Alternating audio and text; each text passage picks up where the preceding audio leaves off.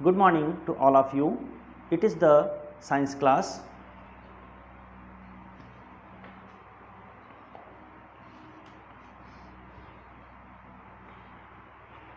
Good morning to all of you. It is the chapter of class 8th microorganism. पिछली video में हम लोगों ने माइक्रो ऑर्गेनिज्म की जो जनरल इन्फॉर्मेशन थी, उसके टाइप्स थे, उन सब की स्टडी की थी। इस वीडियो में हम माइक्रो ऑर्गेनिज्म का जो कमर्शियल यूज है, कमर्शियल यूज क्या क्या है, पहले उसको हम क्लासीफाई करके स्टडी करेंगे, फिर एक एक करके उसको डिस्क्राइब करेंगे। तो आइए हम लोग वीडियो स्टार्ट करते हैं और देखते हैं माइक्रो ऑर्गेनिज्म। देखिए, माइक्रो ऑर्गेनिज्म को जब हम इसके यूज के बेस पे क्लासीफाई करते हैं तो इसको बेस करते हैं useful microorganism and harmful microorganism. First is the useful and second one is the harmful microorganism. First है कमर्शियल यूज। जो आपका ये कमर्शियल यूज है, in the commercial use there are the 5 types of uses: dairy industry, beverages manufacturing, in bakery, microbes. First one is the dairy industry. Dairy industry उसमें बोलते हैं जिसमें कि मिल्क से बने हुए प्रोडक्ट्स काम में आते हैं। Second one is the beverages manufacturing. Different type की, जैसे आपका बियर है, एल्कोहल है, ये सब आपका आता है बेवरेजेस मैन्युफैक्चरिंग में। इन द बेकरी में आता है, जैसे आपका केक है और ये सब आपका आता है। Microbes, medicinal use. फिर मेडिसिनल यूज में आता है एंटीबायोटिक एंड द वैक्सीन। अभी आप देखिए, कोरोना की वैक्सीन लग रही है, तो कोरोना की वैक्सीन का फॉर्मेशन किससे होगा? वायरस से फॉर्मेशन होगा। इसका फॉर्मेशन होगा फ्रॉम द वायरस। एंटीबायोटिक्स, हम लोग जैसे कोई डिजीज हो जाती है, वायरल डिजीज, बैक्टीरियल डिजीज, तो इसके लिए एंटीबायोटिक्स का यूज होता है। Antibiotics and vaccines. Food supplements in the human body. Food supplements का as a food supplements use करते हैं, जैसे मशरूम है, मशरूम आपका आता है फंजी में, ठीक है, तो ये है food supplement in the human body. बहुत सारे इंटेस्टाइन हमारे ह्यूमन बॉडी में भी रहते हैं। फूड सप्लीमेंट में milk change into the curd, it is by the use of the lactobacillus specially bacteria. Third one is the agricultural use, nitrogen fixation. Agricultural use nitrogen fixation. Rhizobium bacteria जो है वो root nodules में रहता है और environmental nitrogen को change करता है नाइट्रोजन फिक्सेशन में। Last one is the environmental use decomposers. ये पीछे हम लोगों ने कई चैप्टर्स में पढ़ा है कि डिकम्पोजर्स क्या होते हैं। जो मिक्स्ड या कंपोजिट जो बायोमॉलिक्यूल्स होते हैं, उनको सिंपल बायोमॉलिक्यूल्स में चेंज करते हैं, उन्हें हम कहते हैं decomposers, like bacteria, fungi and any other. Second is the harmful microorganism, disease causing microorganism. Harmful microorganism are disease causing microorganism. B spoilage of the food, food poisoning. Spoilage of food का मतलब हुआ सड़ा हुआ food, खाने को सड़ा देना, और ये हो गया फूड पॉइजनिंग। तो अगर हम कोई ऐसा फूड यूज में ले आते हैं तो वो क्या करता है? फूड पॉइजनिंग काज करता है, that causes food poisoning. First point of the commercial use to dairy product. Dairy product और dairy industry, most important product is the curd and the cheese. देखिए, जो कर्ड का फॉर्मेशन होता है, इसी से हम क्रीम बनाते हैं, आपका बटर बनाते हैं, और बटर के बाद फिर घी बनाते हैं।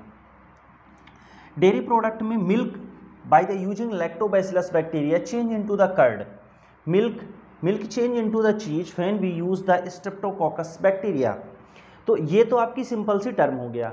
और ये लैक्टोबैसिलस बैक्टीरिया आएगा कहाँ से? ये बैक्टीरिया जैसे थोड़ा सा कर्ड, जिस मिल्क को हम कर्ड में चेंज करना चाहते हैं, उसमें थोड़ा सा कर्ड पहले से ऐड कर देते हैं, तो उससे लैक्टोबैसिलस बैक्टीरिया उसमें ऐड हो जाता है। नेक्स्ट वन फिर आता है कि ये हो गया आपका मिल्क चेंज इनटू द चीज। Milk contain the casein, protein casein and lactose sugar. इसमें क्या होता है कि कैसीन नामक प्रोटीन होती है और लैक्टोज शुगर होता है। ये जो कैसीन प्रोटीन है, ये कोएगुलेट्स हो जाती है, मतलब थक्का बन जाता है, ठीक है। क्लॉटिंग हो जाती है। कोएगुलेशन मीन्स क्या हो गया, क्लॉटिंग होना। और थिक और सेमी सॉलिड सब्सटेंस में चेंज हो जाती है, thick and semi solid substance में चेंज हो जाता है। फिर आपका आता है लैक्टोज शुगर। ये जो लैक्टोज शुगर है ये चेंज हो जाता है लैक्टिक एसिड में। देखिए जो हमारा कर्ड है जो खट्टा होता है, शोर होता है, due to the lactic acid, and thick and semi solid जो उसका स्ट्रक्चर होता है due to the casein protein, due to the casein protein. आप देखिए जब आप कर्ड देखते हैं तो कर्ड में टू थिंग्स होती है, एक होता है thick and the semi solid substance, second one is the watery things, second one is the watery things. जो वाटर होता है वो लैक्टिक एसिड होता है, जो thick and semi solid substance है वो कैसीन प्रोटीन है। नेक्स्ट वन इज द, ये तो हो गया हमारा जनरल टर्म जैसे हम लोग घर में यूज करते हैं। अगर हम इंडस्ट्री लेवल पर या बड़े लेवल पर अगर हम चाहते हैं कि कर्ड बनाएं तो उसके लिए रेनेट, रेनेट क्या है, रेनेट एक एंजाइम है, रेनेट एक एंजाइम है जो कि stomach from the young cattle से निकालते हैं और इसको यूज करते हैं, use for the industrial use to make curd. Curd को इंडस्ट्री लेवल पर बनाने के लिए इसका यूज हम लोग करते हैं।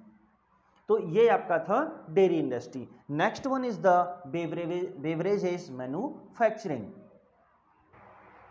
नाउ बेवरेजेस मैन्युफैक्चरिंग, देखिए बेवरेजेस मैन्युफैक्चरिंग मीन्स होता है formation of the alcohol, formation of the beer, different type of the beverages, acetic acid, इन सब के फॉर्मेशन में जो आपका अल्कोहल है या बेवरेजेज है इसके फॉर्मेशन में ईस्ट का यूज होता है। जो नेचुरल शुगर है, नेचुरल शुगर कैसे, जैसे शुगर केन से जो रस निकलता है, या ग्रेप्स का फ्रूट है, सिट्रस फ्रूट है, मौसमी का जूस है, ग्रेप्स का जूस है, इन सब का जो जूस होता है उसमें ईस्ट मिला करके थोड़े टाइम रखते हैं तो अल्कोहल का फॉर्मेशन होता है। तो यहाँ पर भी यूज हो रहा है माइक्रोब्स का। और इसी में अगर हम माइक्रोबैक्टर एसिटी डालते हैं, ये भी एक बैक्टीरिया है, अगर इस बैक्टीरिया को डालते हैं तो एसिटिक एसिड का फॉर्मेशन होता है। तो ये आपका है बेवरेजेस मैन्युफैक्चरिंग, बेवरेजेस मैन्युफैक्चरिंग है। Next one is the in bakery, bakery में भी ईस्ट का यूज होता है।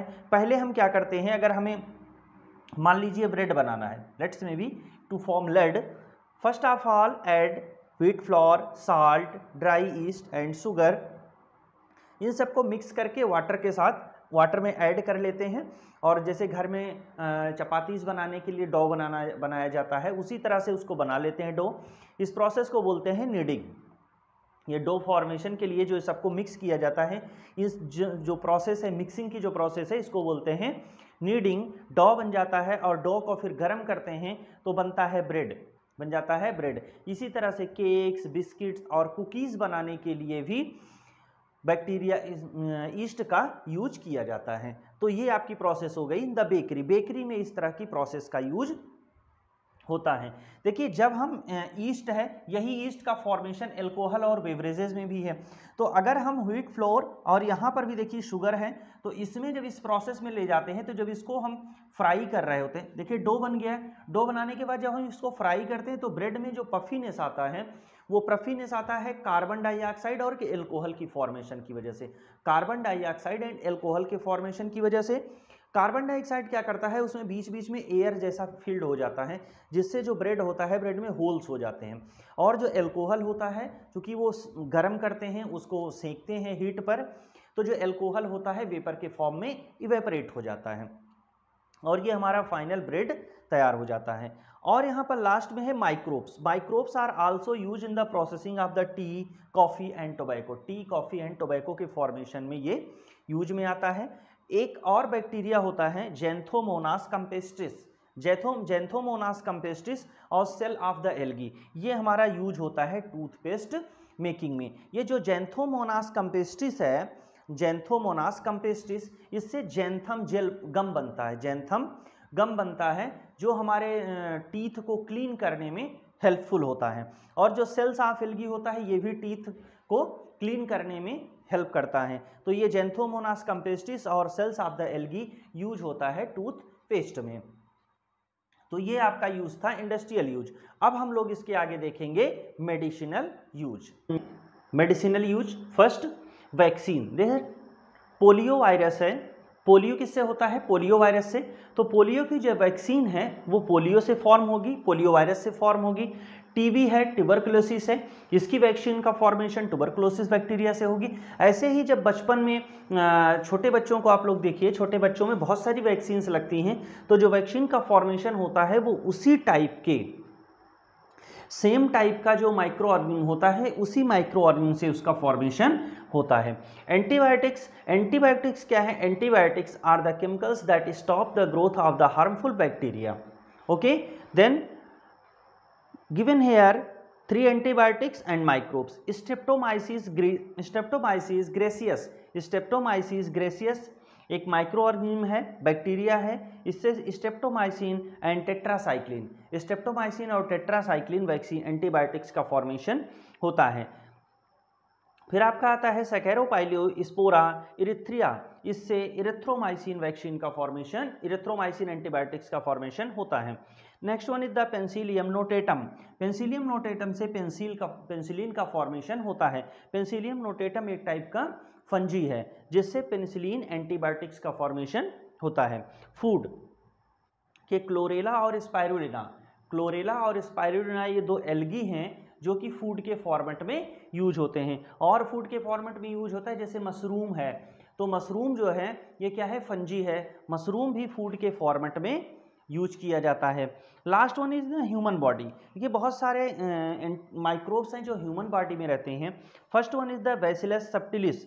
बैसिलस सब्टिलिस हमारी अपर लेयर पर रहता है, स्किन पर होता है, जो कि डिफरेंट टाइप की डिजीजेज, जो फंगल डिजीजेज स्किन पर हो जाती हैं या स्किन डिजीज होते हैं, उससे हमें ये सेफ्टी प्रोवाइड करता है। फिर आपका आता है लैक्टोबैसिलस एसिडोफिलस। ये हमारी बॉडी में रहता है और हमारी बॉडी की जो एसिडिटी है, हमारी बॉडी में जो एसिडिटी है उसको मेंटेन रखता है। ई कोली हमारी बॉडी के लार्ज इंटेस्टाइन में होता है और ये फूड डाइजेशन में हेल्प करता है। और ये लैक्टोबैसिलस एसिडोफिलस ये भी लार्ज इंटेस्टाइन में रहता है, ये बॉडी की एसिडिटी को मेंटेन रखता है और हमारी बॉडी में फूड डाइजेशन में हेल्प करता है। ये तो आपका हो गया मेडिसिनल न्यूज ना। अब आइए हम लोग देखते हैं नाइट्रोजन साइकिल। ठीक है, नाइट्रोजन साइकिल देखते हैं और इन्वायरमेंट देखते हैं, atmospheric use and environment. Next uses of the agricultural use, bacteria rhizobium and blue green algae. Bacteria rhizobium and blue green algae ये क्या करते हैं कि इन्वायरमेंटल नाइट्रोजन को ये प्लांट में फिक्स करते हैं, प्लांट में फिक्स करके उसको प्लांट को प्रोवाइड कराते हैं। जैसे ये जो राइजोबियम बैक्टीरिया है, जैसे इन्वायरमेंट में तो 78% नाइट्रोजन है, लेकिन प्लांट डायरेक्टली उसे एब्जॉर्ब नहीं कर सकता या ह्यूमन बीइंग उसे डायरेक्टली एब्जॉर्ब नहीं कर सकता। तो ये जो राइजोबियम बैक्टीरिया होता है ये रहता है आपका, जितनी पल्सेस हैं, पल्सेस जो हैं जैसे like the pigeon P, gram P, इनकी जो रूट नोड्यूल्स होती है, मतलब नोड्यूल्स का मतलब होता है गांठें, जो रूट नोड्यूल्स होती हैं उसमें ये प्रेजेंट होता है। और ये क्या करता है? इन्वायरमेंटल नाइट्रोजन को स्टोर करके रखता है, उसमें नाइट्रेट के फॉर्मेट या नाइट्राइट के फॉर्मेट में स्टोर करता है, ऐसे फॉर्मेट में स्टोर करता है जिसको प्लांट इजिली एब्जॉर्ब कर सके। तो ये क्या करता है? प्लांट को एब्जॉर्ब करने लायक बना करके उसमें स्टोर करता है। तो ये जिस प्लांट में होता है उस प्लांट के लिए बेनिफिशियल होता ही है, उस फील्ड में जो नेक्स्ट क्रॉप लगाई जाती है उस क्रॉप के लिए भी बेनिफिशियल होता है। नेक्स्ट आपका आता है blue green algae. Blue green algae क्या करता है? ब्लू ग्रीन एल्गी भी स्टोर करता है प्लांट में, बट ये नोड्यूल्स में नहीं, डिफरेंट फॉर्मेट में स्टोर करता है।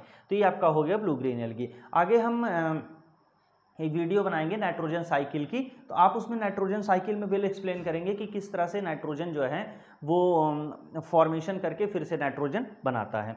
फिर आपका आता है इन्वायरमेंटल यूज। देखिए इन्वायरमेंटल यूज में आता है जो मेन यूज है ये है डिकम्पोजिशन का, डिकम्पोजर, डिकम्पोजर्स के फॉर्मेट में, ये डिकम्पोजर्स के फॉर्मेट में यूज आता है। इसमें मेनली जो डिकम्पोजर्स के फॉर्मेट में यूज होता है वो होता है fungi and bacteria. Fungi and bacteria, fungi का मतलब आप जगह जगह देखते होंगे व्हाइट कलर के डिफरेंट टाइप के फंजीज रहते हैं जो प्लांट्स पे लगे हुए होते हैं, डेड एंड डिकेइंग मैटर्स पे होते हैं। तो ये जो डिकम्पोजर्स है fungi and bacteria, dead and decaying matters को, डेड और डिकेइंग मैटर्स को चेंज कर देता है सिंपल सब्सटेंसेस में। वो सिंपल सब्सटेंसेस और जो अनदर टाइप के प्लांट्स होते हैं उनके लिए फर्टिलाइजर का वर्क करता है और प्लांट की ग्रोथ में हेल्प करता है, प्लांट की ग्रोथ में हेल्प